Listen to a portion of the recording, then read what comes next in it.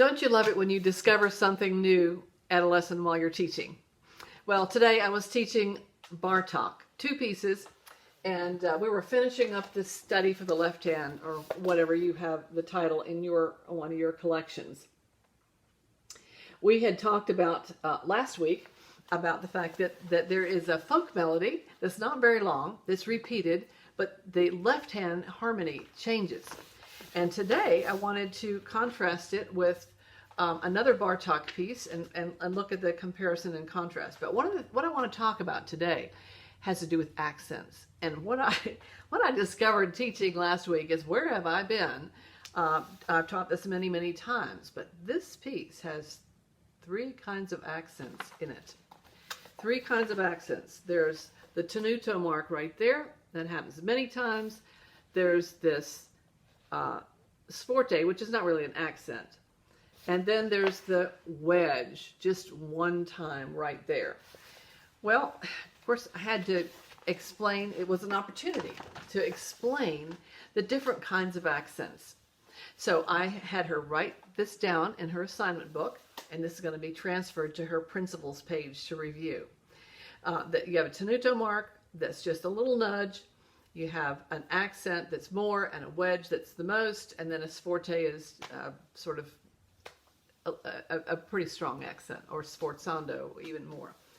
So what I wanted to do is just draw her attention. Perhaps this is a study. Perhaps this is why Bartok did this on purpose, to give his students an opportunity to differentiate the different kinds of accents. Now, this student's in elementary level 4, so she's not terribly advanced, but you know, she got what I was saying. I sent her home and we talked about. Now, this is pretty lively piece. It says allegro.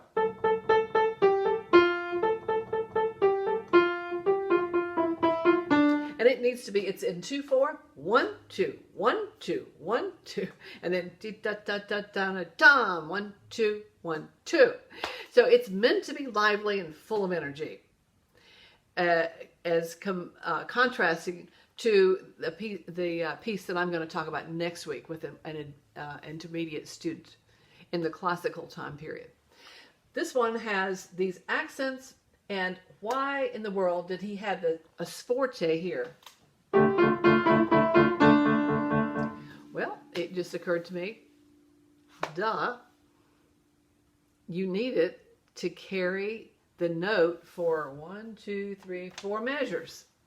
And when you play it as an accent like that, it does carry. She came back playing it that way today.